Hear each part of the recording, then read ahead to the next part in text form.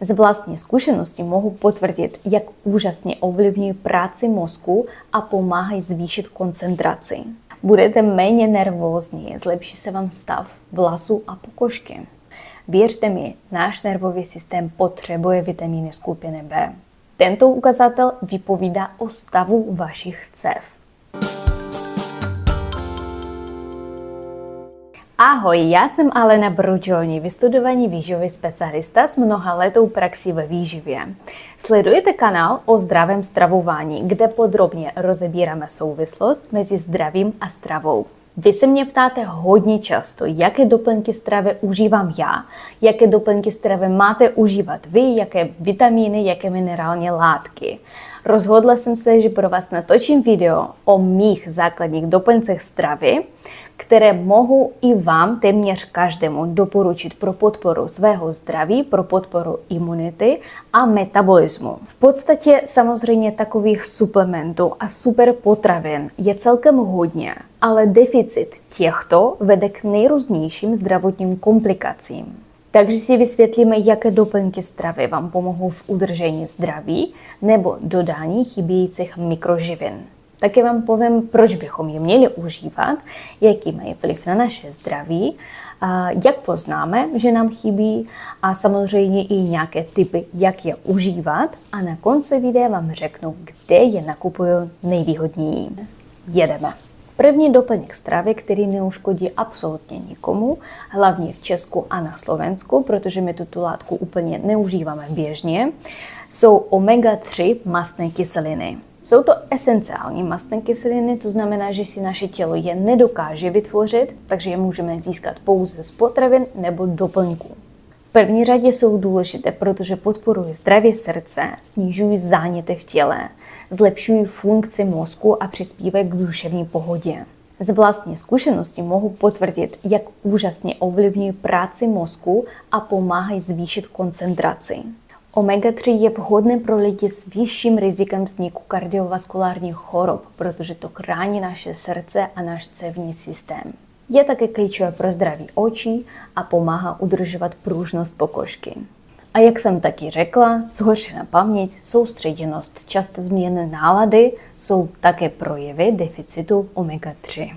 Zajímavé je, že pokud přijímáme s potravou hodně omega-6 a my v rámci zdravého stravování přijímáme hodně omega-6, ale zároveň málo omega-3, tak na nás to má prozánětlivý efekt. Tyto záněty mohou přejít do chronické podoby a přispět tak k rozvoji civilizačních chorob, jako jsou kardiovaskulární onemocnění, cukrovka druhého typu, autoimunitní onemocnění, artritida a tak dále. Také kvůli přebytku omega-6 může dojít ke zvýšení úzkosti, depresí nebo kognitivních problémů. A zároveň to může narušovat metabolismus tuku a vést k nárůstu tukové tkáně, což samozřejmě zvyšuje riziko obezity. Optimální poměr příjmu omega-6 a omega-3 je 2:1 až 4:1. Takový poměr odpovídá evolučnímu vývoji člověka a zajišťuje rovnováhu mezi prozánětlivými a protizánětlivými procesy. Ale bohužel reálný poměr ve většině západní stravy je 15:1 až 40:1, protože jíme málo tučných ryb, jako losos, makrela, sardinky, mořských plodů, trezčích jater a tak dále, ale jíme hodně semínek, ořechů a rostlinných olejů, což není špatně, ale vše musí být vyvážené. Zajímavostí je, že například Eskimáci, kteří mají vysoký příjem omega-3 z ryb, mají extrémně nízký výskyt kardiovaskulárních chorob, a to i přes stravu bohatou na tuky. Už po prvních 2 týdnech každodenního užívání omega-3 začnete pociťovat změny. Zlepší se vám paměť a pozornost. Budete méně nervózní, zlepší se vám stav vlasů a pokožky. A z dlouhodobého hlediska to pomáhá snižovat krevní tlak a dokonce i u lidí s autoimunitními chorobami se také stav zlepšuje. Jaké suplementy omega-3 užívat? Téměř 60% suché hmoty mozku tvoří tuky a omega-3 hraje zásadní roli v jeho vývoji a fungování. Omega-3 mastné kyseliny jsou tvořeny kyselinou eikosapentaenovou a kyselinou docosahexaenovou. Nejlepší formou konzumace těchto látek je rybí olej nebo kapsle. Já mám tu obě varianty, které vám mohu doporučit. Tento rybí olej je přírodní olej z trezčích jater. Unikátní je v tom, že obsahuje přirozeně se vyskytující vitamíny A, D a E, což znamená, že zároveň spolu s ním dostanete i tyto vitamíny. Tento olej od výrobce Brain Max se mi líbí v tom, že je extrahován z čerstvých jater tresky v čistých islandských vodách. U tohoto výrobku se prováděly molekulární testy na toxiny a celkovou čistotu a má záruku kvality a splňuje přísné normy. Tento olej ani nesmrdí rybinou, právě kvůli tomu, že není oxidovaný. Takže se nemusíte bát jeho chuti nebo zápachu. Doporučená dávka pro děti je 1 až 2 čajové lžičky, pro dospělé 1 až 2 polévkové lžičky a nejlépe ho konzumujte spolu s jídlem, obsahujícím tuky pro jeho lepší vstřebatelnost. A taky to mám doplněk v tabletách od značky Now Foods. To je taky velmi pohodlný způsob příjmu omega-3. A já vám doporučuji přesně toto označení Ultra Omega-3, protože to má nejlepší a nejúčinnější poměr EPA a DHA 500 k 250. Je to opravdu nejúčinnější v modulaci zánětlivých procesů v těle. Měli bychom užívat omega-3 kolem 1000 mg, pro těhotné ženy se doporučuje 1000 až 2000 mg denně. Pokračujeme dál a další suplement, který užívám, je B-komplex. Jsou v tom vitamíny skupiny B. Vitamíny B jsou nezbytné pro metabolismus, energii, zdraví nervového systému. Věřte mi, náš nervový systém potřebuje vitamíny skupiny B, protože podporují tvorbu myelinu, který obaluje nervová vlákna a podporuje efektivní přenos impulsů. Mimo jiné se tyto vitamíny podílí na tvorbě červených krvinek, pomáhají udržet hormonální rovnováhu a mají zásadní vliv na stav vlasů, nehtu a pokožky a samozřejmě na správnou funkci mozku. A co je také důležité, většina vitamínů skupiny B pozitivně ovlivňuje metabolismus sacharidů, tuku a bílkovin. Takže právě takové projevy jako únava, slabost, ospalost nebo mravenčení nebo brnění v končetinách nebo také časté změny nálad, podrážděnost, deprese jsou jasným ukazatelem, že máte deficit vitamínu skupiny B. Velice důležité je si hlídat dostatek vitamínu skupiny B v krvi. Můžete si udělat krevní test na vitamin B12, kyselinu listovou a co ještě také doporučím si hlídat je homocystein. Tento ukazatel vypovídá o stavu vašich cév. Ve chvíli, když máte zvýšený cholesterol nebo máte predispozice k srdečně-cévním onemocněním nebo jste těhotná žena, je nutno testovat homocystein. Jeho zvýšená hodnota velmi často souvisí s nedostatkem vitamínu skupiny B a proto je lepší to řešit zavčasu, dokud nenastaly nějaké zdravotní komplikace. Kde můžeme čerpat vitamíny skupiny B? V první řadě samozřejmě bychom měli mít pestrou stravu, abychom byli schopni si doplnit vitamíny skupiny B. Z potravin jsou obsažené v mase a rybách, celozrnných produktech jako pšenice, ječmen, oves a hnědé rýže. Jsou také v luštěninách, v oříškách, v semínkách a hodně jich je taky v zelenině a ovoci. Mezi Bčka patří tyto vitamíny.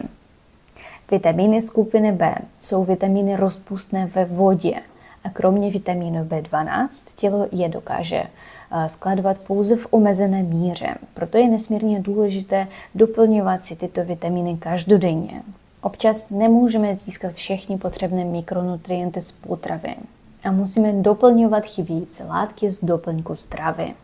Ve chvíli, když si vybíráte doplněk stravy, vždycky čtěte složení a aktivní formy, abyste nestráceli peníze za to, co se vaším tělem ani nevyužije a jen se vyloučí.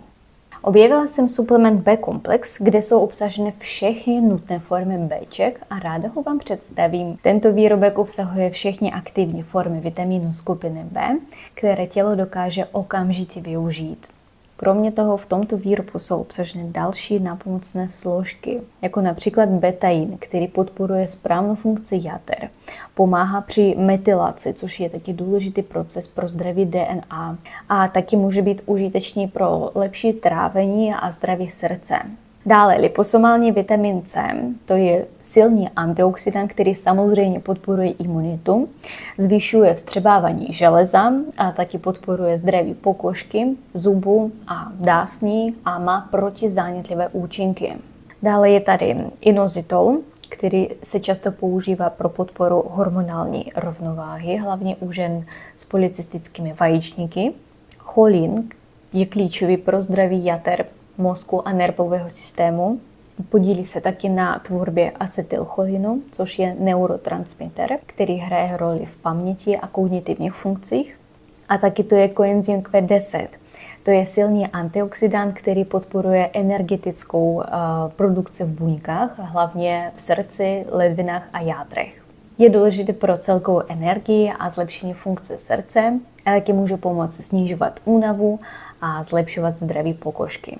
Celkově tento komplexní suplement může zlepšit energetický metabolismus, podpořit imunitní systém, zdraví nervového systému, srdce, kůže a i hormonální rovnováhu.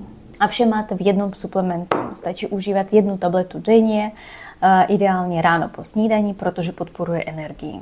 A ještě jeden suplement, který užívám každodenně a dlouhodobě, je vitamin K2, D3. O vitaminu D jsme mluvili v předchozím videu, proč je důležitý, jaký má vliv na tělo, proč ho užívat, ale nemluvili jsme zatím o souvislostech mezi vitaminem D a vitaminem K. Užívání vitaminu D a vitaminu K je důležité pro optimální využití vápníku v těle a pro podporu zdraví kosti a kardiovaskulárního systému. Vitamin D pomáhá tělu vstřebávat vápník z potravy a zajišťuje, že je přítomen v dostatečném množství v krvi pro správnou funkci kosti a zubů. Nicméně, pokud není přítomen vitamin K, může vápník zůstat v měkkých tkáních, takových jako cévy nebo vnitřní orgány. A to může zvýšit riziko kalcifikace. Vitamin K pomáhá regulovat, kam vápník směřuje. On ho vlastně posílá tam, kde je potřebný a nenechává ho zůstávat v měkkých tkáních. Takže právě spolupracují, pomáhají si navzájem a jako parťáce odvádí svoji práci na výborně. Navíc několik studií naznačuje, že kombinace těchto 2 vitamínů může být prospěšná v prevenci osteoporózy, pro podporu zdraví cév a prevenci srdečních chorob. Vitamin D se nachází především v tučných rybách, ve vaječních žloutkách, v trezčích játrech, v oleji z trezčích jater a je taky produkovan v pokožce při vystavení slunečnímu záření. Vitamin K se nachází v takových potravinách, jako jsou zelené listové zeleniny, ve fermentovaných výrobkách, jako je natto, to jsou japonské fermentované sojové boby, kimchi, kysené zelí a některé živočišné produkty. Jak poznáme, že nám chybí vitamin D a vitamin K? Dochází k častému nachlazení nebo infekcím, při bolestech kosti, svalové slabosti nebo chronické únavě, také zhoršené náladě. Zároveň deficit D poznáme z krevních testů, kde by nám ideálně mělo vyjít 60 až 80 nanogramů na mililitr, neboli 150 až 200 nanomol na litr, závisí v jakých jednotkách počítá laboratoř. A v závislosti na koncentraci vitaminu D v krvi individuálně nastavujeme dávku ze suplementu, ale zpravidla bývá v nedostatku. Zajímavostí je, že v roce 2014 byl publikován článek od vědců z Edmondské univerzity, ve kterém ukázali na chybu ve stanovení doporučené denní dávky vitaminu D. Poukázali na to, že doporučovaných 500-600 mezinárodních jednotek je nedostačující množství na pokrytí potřeb zdravého člověka. Dávka by měla být téměř 15krát vyšší, tedy téměř dosahovat 9000 mezinárodních jednotek denně. A přesně takovou dávku dostanete ze slunečního světu nebo suplementací. Mně velice vyhovuje tento doplněk stravy, který obsahuje optimální poměr vitaminu D a vitaminu K. Tyto složky jsou v aktivních formách a jsou dobře využitelné tělem. Například vitamin K má formu MK7, což je dobře využitelná forma a poměrně dlouho zůstává v těle. A forma vitaminu D má taky vysokou biologickou dostupnost. Já užívám 1 nebo 2 tablety každý den ráno spolu s jídlem obsahujícím tuky. Všechny tyto výrobky můžete objednat u spolehlivého výrobce a dodavatele kvalitních doplňků stravy Brain Market. Darují vám 10% slevu na nákup, kterou využijete zadáním kódu REVITAL v košíku na e-shopu. Vždycky to opakuji ve svých videích a říkám to i svým klientům, že základem stejně zůstává zdravá strava. Pokud se nebudete stravovat zdravě a budete mít narušenou funkci trávicího traktu, tak vám doplňky stravy nepomohou. Ne protože jsem to tak řekla, ale protože se nevyužijí vaším tělem. Když je málo žaludečních šťáv, trávicích enzymů a žlučí, tak ani přijaté suplementy, ani živiny z potravy se nebudou vstřebávat vaším tělem do krve. Pamatujte si na to. Každopádně mezi dalšími základními doplňky stravy bych zařadila i hořčík. Ale existuje velké množství různých forem s různými účely. Někdo užívá hořčík proto, aby zlepšil spánek, někdo naopak pro dodání energie a zvýšení výkonnosti. Pro někoho je vhodný hořčík, který mu podpoří cévy. Takže jestliže vás zajímá, jak se vyznávat hořčíku, napište mi prosím do komentáře slovo hořčík, ať vím, kolik lidí toto téma zajímá a ráda pro vás natočím další video o hořčíku. Tak to byly moje doplňky stravy, které i vám doporučuji zařadit do každodenní rutiny. Sledujte můj kanál, ať nepřijdete o další důležitá témata v oblasti výživy a zdraví. A nezapomeňte prosím na hlavní pravidlo kanálu. Vidím Alenu, dávám like.